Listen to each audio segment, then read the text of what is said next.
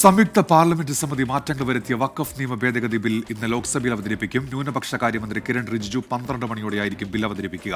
ബില്ലിന്മേൽ കേന്ദ്ര ആഭ്യന്തരമന്ത്രി അമിത്ഷാ സംസാരിക്കും. NDA സഖ്യകക്ഷിയായ TDP മുന്നോട്ട് വെച്ച നിർദ്ദേശങ്ങളും ഉൾപ്പെടുത്തിയാണ് പുതിയ ബിൽ എന്ന് സൂചനയുണ്ട്. ഇതോടെ സഖ്യകക്ഷികളുടെ എതിർപ്പ് മറികടക്കാൻ ആകും എന്നാണ് BJPയുടെ കണക്കുകൂട്ടൽ. വഖഫ് നിയമ ഭേദഗതി ബില്ലിനെ ശക്തമായി എതിർക്കാനാണ് ഇന്ത്യ മുന്നണിയുടെ തീരുമാനം. വിവരങ്ങളുമായി വിനീത VG ചേരുന്നുണ്ട് ഇപ്പോൾ ഡൽഹിയിൽ നിന്ന്. വിനീത, എന്തൊക്കെയാണ് വിവരങ്ങൾ? ഉന്മേഷ് സൂചിപ്പിച്ചതുപോലെ തന്നെ സംയുക്ത പാർലമെന്ററി സമിതി മാറ്റങ്ങൾ വരുത്തിയ വഖഫ് നിയമ ഭേദഗതി ബിൽ ഇന്ന് ലോക്സഭയിൽ അവതരിപ്പിക്കും. 8 മണിക്കൂർ ബില്ലിന്മേൽ ചർച്ച നടക്കുമെന്നാണ് അറിയാൻ കഴിയുന്നത്. ന്യൂനപക്ഷകാര്യ മന്ത്രി കിരൺ റിജിജു 12 മണിയോടെയായിരിക്കും ഈ ബില്ല് അവതരിപ്പിക്കുക.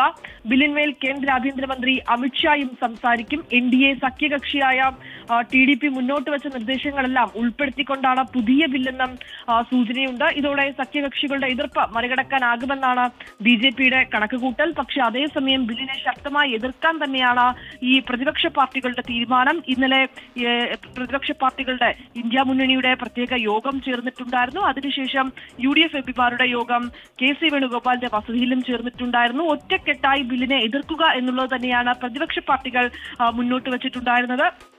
ഇന്നലെ MPമാർക്ക് പ്രതിപക്ഷ പാർട്ടികൾ 3 വരി വിപ്പും നൽകിയിട്ടുണ്ടായിരുന്നു. ഇത് എന്തൊക്കെ ഭരണപക്ഷത്ത് നിന്ന് എന്തൊക്കെ പ്രകോപനങ്ങൾ ഉണ്ടായെങ്കിലും സഭയിൽ നിന്നുകൊണ്ട് തന്നെ ശക്തമായി തങ്ങളുടെ വാദം ഉന്നയിക്കുക എന്നുള്ളത് തന്നെയാണ് ഇന്നലെ ചേർന്ന യോഗത്തിൽ നേതാക്കൾ തീരുമാനിച്ചിട്ടുണ്ടായിരുന്നത്, MPമാർ തീരുമാനിച്ചിട്ടുണ്ടായിരുന്നത്. ആവശ്യമെങ്കിൽ വോട്ടെടുപ്പ് എന്നൊരു ആവശ്യത്തിലേക്ക് കടക്കാനും തീരുമാനിച്ചിട്ടുണ്ട്. എന്താണെങ്കിലും ശക്തമായിട്ടുള്ള വിയോജിപ്പ് ഈ ഘട്ടത്തിൽ മുന്നോട്ട് വയ്ക്കുക എന്നുള്ളത് തന്നെയാണ് പ്രതിപക്ഷത്തിന്റെ തീരുമാനം. ആദ്യഘട്ടത്തിൽ കേരള കോൺഗ്രസിലെ MPമാർക്ക് ചെറിയൊരു ഉണ്ടായിരുന്നതായിട്ടും അറിയാൻ കഴിയുന്നുണ്ട്. അത് ഈ KCBCയുടെ അടക്കം ചില നിലപാടുകൾ ഇതിൽ അവർ മുന്നോട്ട് വെച്ചിട്ടുണ്ട്. ഈ സാഹചര്യത്തിൽ എങ്ങനെ മുന്നോട്ട് പോകണമെന്നടക്കമുള്ള കാര്യങ്ങളിൽ ഒരു ആശങ്ക അവർ പ്രകടിപ്പിച്ചിരുന്നുവെന്നും ഇന്നലത്തെ യോഗത്തിൽ നിന്ന് നമുക്കൊരു വിവരം ലഭ്യമായിട്ടുണ്ട്. അതിനുശേഷമാണ് KC വേണുഗോപാലിന്റെ വസതിയിൽ പ്രത്യേക യോഗം ചേരുകയും ഒറ്റക്കെട്ടായി ബില്ലിനെ എതിർക്കാം എന്നൊരു തീരുമാനത്തിലേക്ക് എത്തുകയും ചെയ്തത്. ഉന്മേഷ്, ശരി. വിനീത VG ആണ് വിശദാംശങ്ങൾ നൽകിയത് ഡൽഹിയിൽ നിന്ന്.